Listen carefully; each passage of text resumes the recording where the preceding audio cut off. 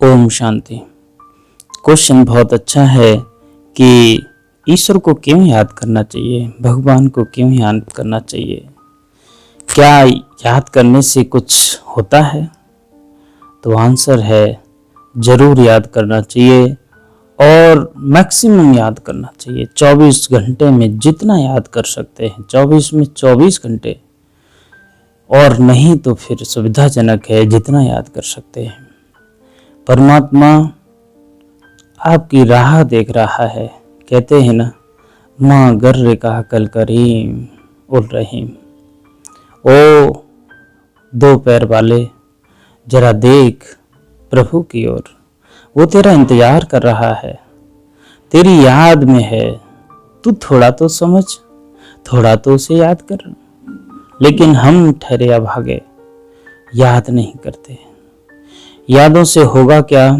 अगर हम ईश्वर की याद में जाते हैं तो डिस्चार्ज हुई बैटरी आत्मा की वो चार्ज होती है। कुछ अंश उसका न्यू आने से हम नए हो जाते हैं, तरोताज़ा हो जाते हैं। अगर याद नहीं करते तो हम वैसे ही रहते हैं, उलझे उलझे रहते हैं, सुलझते नहीं। जैसे धागे कभी फंस जाएं, उनको सुलझाने के लिए उनको फिर तोड़ना काटना ही पड़ता है। वो सुलझते नहीं, वो और उलझ जाते हैं। इसीलिए है कि अगर हमें परमात्मा की याद में रहें, थोड़ा सा वक्त गुजारें उसकी यादों में। परमात्मा तो कहता है कि बच्चे, अभी तू खुद मुझे पुकार सकता है। वो क्या दिन होगा जब तुझे लोग कंधे पर लेके आएंगे मेरे पास। रूह तो आनी है ना, रूह तो निकलनी है। वो कोई परमानेंट हमारा पट्टा नहीं है। वो बस आज है, कल हो न हो, कोई भरोसा नहीं है। इसीलिए हमें जब वक्त मिले, जितना मिले, हमें ईश्वर को याद करना चाहिए, परमात्मा को याद करना चाहिए, प्राणों की प्रतिष्ठापना करना चाहिए। प्राणों के उत्थान के लिए हमें न्यू काम करने चाहिए। हम ये न सोचें क्या होगा, टाइम वेस्ट क्या है बैठने में। नहीं भाई, बैठने में वो मिलता है जो कौड़ियों को कमाने में नहीं मिलता। क्या लोग कमाते हैं, चाहे या धनाढ़ लोग हों, क्या सुख है उनके पास? आंतरिक सुख नहीं तो कोई सुख नहीं। चाहे हम कितना ही धन इकट्ठा करें, चाहे कुछ और इकट्ठा करें, अगर हमारे पास आत्मिक शांति है, अपनी शांति है कि बिस्तर पर जाते ही हम सो गए, बिस्तर पर भी अगर करवटें बदलते रहे और नींद ना आए, तो फिर उस जिंदगी से क्या मतलब है? वो तो बेहतर है बिना हम ऐसे ही जिए। इसीलिए हमें जितना टाइम मिले, जितना वक्त मिले, उस खुदा की याद में बैठना चाहिए और याद करना चाहिए इसको। बाबा इसीलिए बार बार कहता है, सब कहते हैं, बाबा कहते हैं कि बच्चे बाप की चिंतन में बैठो, बाप को याद करो, बाप की चर्चा दूसरों से करो। जो प्रेमी है, प्रेम की चर्चा तो होती है ना।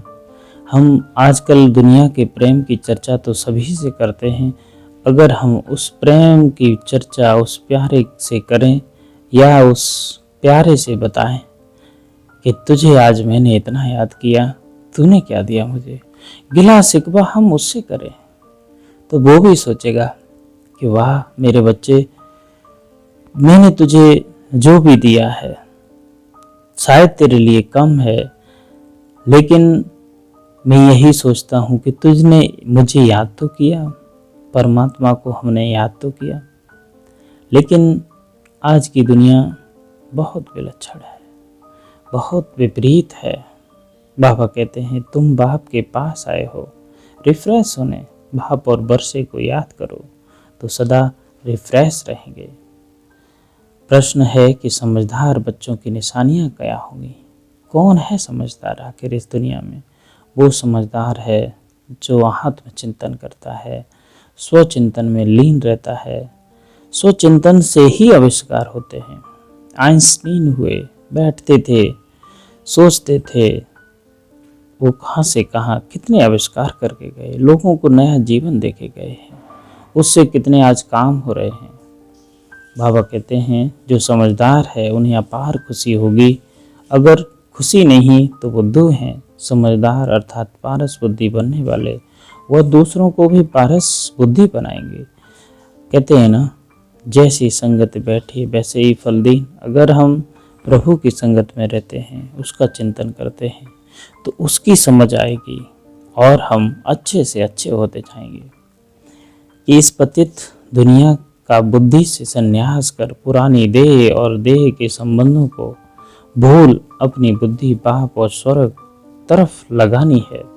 अविनाशी विश्राम का अनुभव करने के लिए बाप और वर्षे की स्मृति में रहना है। सबको बाप का पैगाम दे रिफ्रेश करना है। रूहानी सर्विस में लज्जा नहीं करनी चाहिए।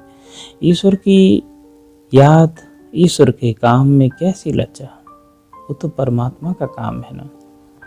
वरदान है कि सदा बाप के सम्मुख रहे, सुखी का अनुभव करने वाले, अथक और आलस से रहित भव। कोई भी प्रकार के संस्कार स्वभाव को परिवर्तन करने में दिल शिकस्त होना या अलवेलापन आना भी थकना है। इससे अथक बनो। अथक का अर्थ है जिसमें आलस्य न हो। जो बच्चे स्वयं आलस्य रहित हैं, वे सदा बाप के सम्मुख रहते हैं और खुशी का अनुभव करते हैं। उनके मन में कभी दुख की लहर नहीं आएगी। इसीलिए सदा बाप के सम्मुख रहो और खुशी का इजहार करते रहो। स्लोगन दिया बाबा ने कि सिद्धि स्वरूप बनने के लिए हर संकल्प में पुण्य और बोल में दुआएं जमा करो। ओम शांति।